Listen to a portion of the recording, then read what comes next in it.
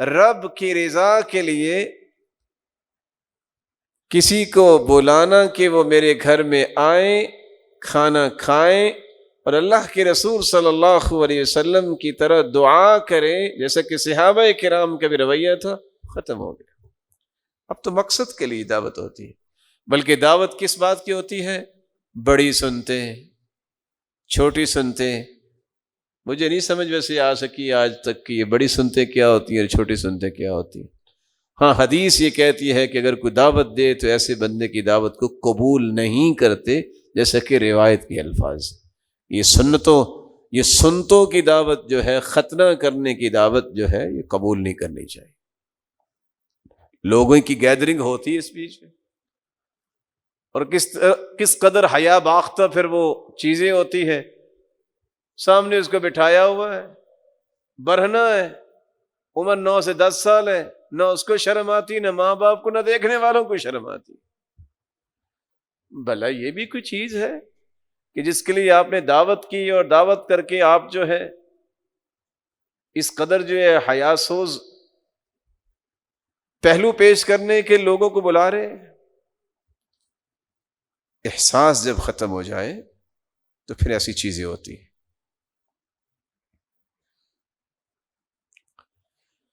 رسول اکرم صلی اللہ علیہ وسلم کی جب دعوت کی گئی، صحابی کہتے ہیں میں ان کے ساتھ گیا، فقرب الى رسول اللہ خبزا ومرقا فیہ دب۔ صحابی نے روٹی رکھی، شوربہ رکھا جس میں کدو بھی تھے، وقدید، فرأيت النبي صلى الله عليه وسلم يتتبع الدب من حوالي القصعة۔ آپ صلی اللہ علیہ وسلم کے صحابی کہتے ہیں میں نے دیکھا کہ اللہ کے رسول برتن کے کنارے سے کدو ڈھونڈ رہے ہیں اور اس کو پسند کر رہے ہیں گویا۔ فلم ازل احب الدب من يومئذ، صحابی کہتے ہیں اس دن سے میں نے کدو کو پسند کرنا شروع کر دیا۔ آپ کے لیے یہ معمولی سی چیز ہوگی، کچھ چیزیں تجربے سے گزرے تو اس کی اہمیت واضح ہو جاتی ہے۔ یونس علیہ الصلوۃ والسلام کو جب مچھلی کے پیٹ سے نکالا،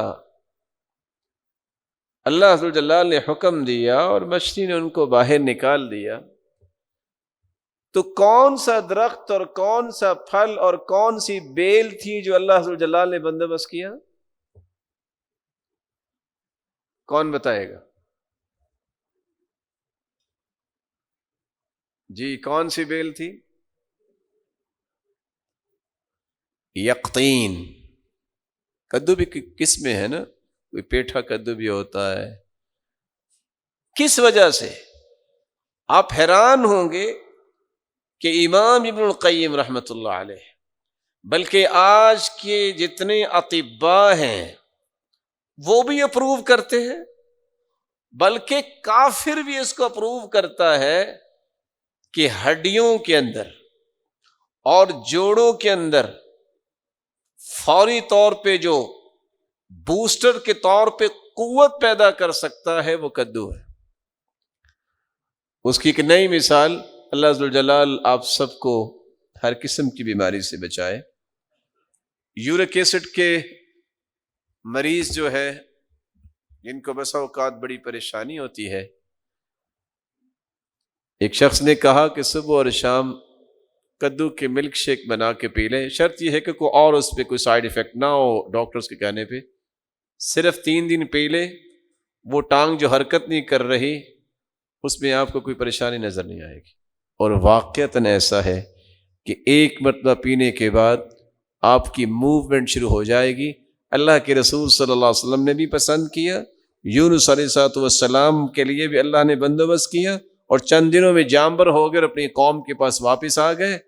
اور صحابی کہتے ہیں جب میں نے دیکھا تو میں نے اس دن سے کدو سے محبت کرنا شروع کر دی۔ یہ ایک الگ بات ہے کہ آج اگر مدرسہ میں کدو پک جائے تو کہتے ہیں کدو ہے، لو یہ کوئی سبزی ہے۔ ہاں اگر یہ حدیث پڑھی ہو تو کبھی یہ زبان سے الفاظ دے آئے گی.